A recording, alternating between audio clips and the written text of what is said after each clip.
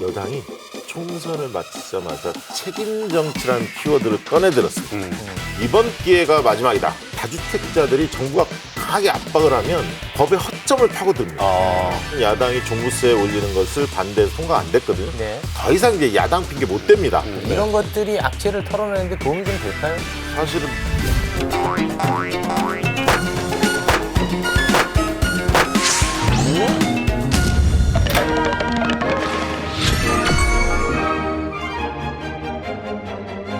네, 매주 목요일 대한민국 정치판을 꿰뚫어보는 박시영 대표 오늘도 함께합니다. 어서 오십시오. 어서 네, 오십시오. 반갑습니다. 네.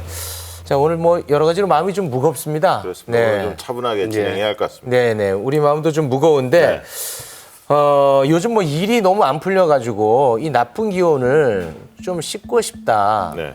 그런 분들이 좀 많이 있는 것 같아요. 최욱 씨인가요? 아니 뭐 저는 아니고 정치권에. 아, 예. 네. 그래서 이제 그분들의 살풀이를 오늘 좀 잘 해주시기 바라겠습니다. 알겠습니다. 첫 번째 손님 만나볼까요?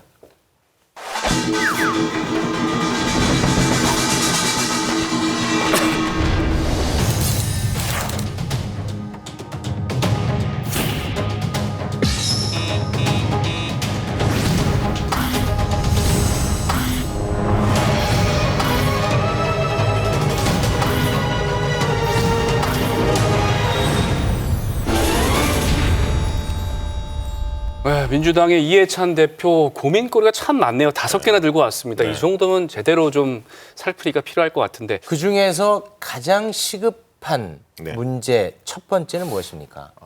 많은 국민들이 관심을 가지고 있는 부동산 문제가 아닐까 싶습니다. 그렇죠. 뭐니 해도 부동산 문제다. 최근 더 논란이 되고 있죠. 네. 그렇습니다. 이제 부동산 문제는 온 국민이 이해관계가 얽혀 맞습니다. 있죠. 예. 네.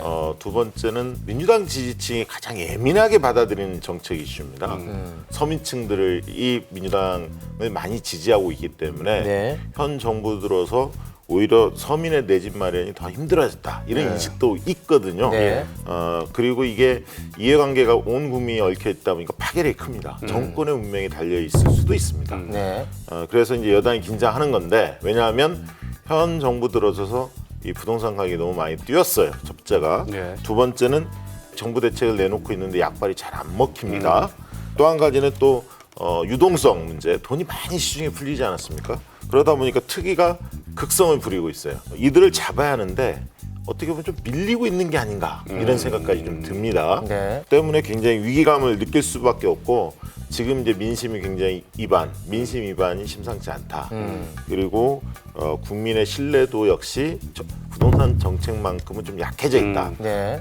그래서 오죽하면 국민 사이에서 팔라 정부에서 이런 얘기하면 시그널을 주면 야 사야 한다 이런 말이 나돌 정도로 굉장히 비판을 좀 받고 있는 그런 상황입니다. 그러니까 대표님이 이제 민주당의 가장 악재로 뽑으신 게 이제 부동산인데 첫 번째인데. 그래서 원래 이제 부동산 쪽에 비판이 쏟아지면 예.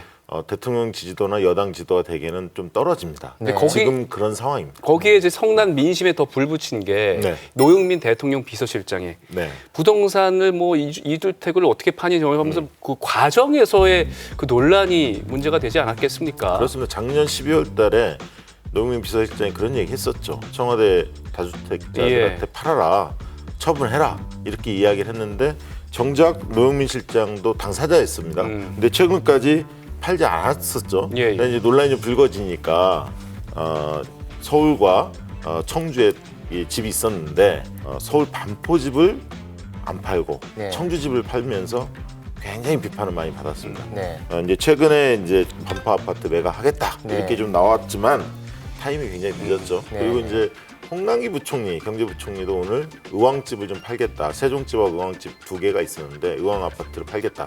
이렇게 좀 나서고 있고 어떻게 보면 그렇습니다. 노영민 비서실장이 굉장히 이제 비난을 받았는데 네. 이 계기를 통해서 고위공직자들이 다주택자는 고위공직자가 돼서는 안 된다. 되려면 적어도 집을 팔아야 한다. 예. 이런 어떤 흐름이 좀 만들어지고 있고요.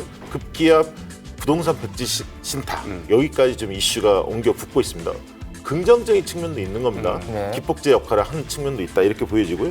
민심을 다시 돌리려면 신상필법 반드시 필요한 게 아닌가. 그래서 잘못된 사람이 있다면 문책성 인사는 좀 따라가야 하는 거 아닌가 그런 생각을 해봅니다. 네, 이런 악재를 털어내기 위해서였을까요? 민주당에서는 다주택 보유자 빨리 처분해라. 네. 시간이 없다라고 네. 이제 강경한 입장을 내놓고 있는데 이런 것들이 악재를 털어내는데 도움이 좀 될까요? 사실은 민주당은 총선 때 공약을 했습니다.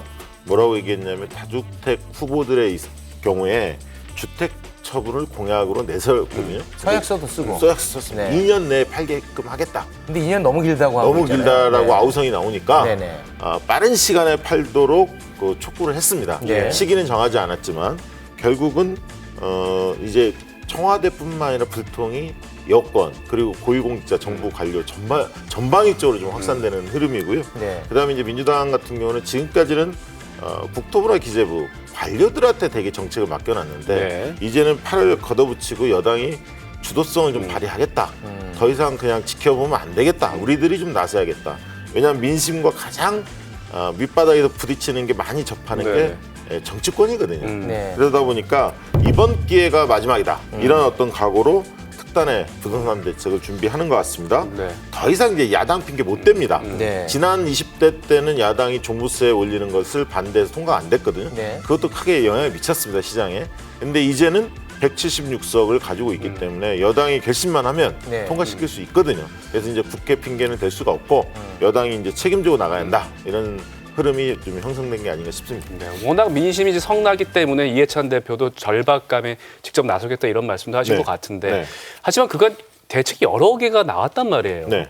도대체 어떤 대책을 내놔야 네. 민심을 좀 잡을 수 있겠습니까? 일각에서는 그런 얘기 나왔지 않습니까? 좀 찔끔찔끔 대책을 내온다. 네. 근데 내일 만약에 발표되는 대책에서 또 다시 그런 우를 범해서는 안 될 것 같습니다. 내일 대책이 하나 나오죠? 네, 지금 예고가 돼 있는데 다주택자와 투기성 주택 보유자에 대해서는 종부세를 대폭 강화할 것 같아요. 예.